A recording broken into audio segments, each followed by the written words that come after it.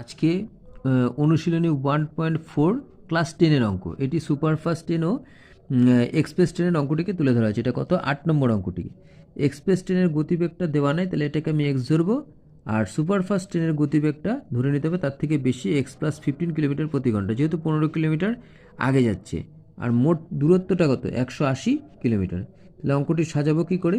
প্রশ্ন মতে 180/x মানে express 10 minus superfast 10 180/x plus 15 = 1।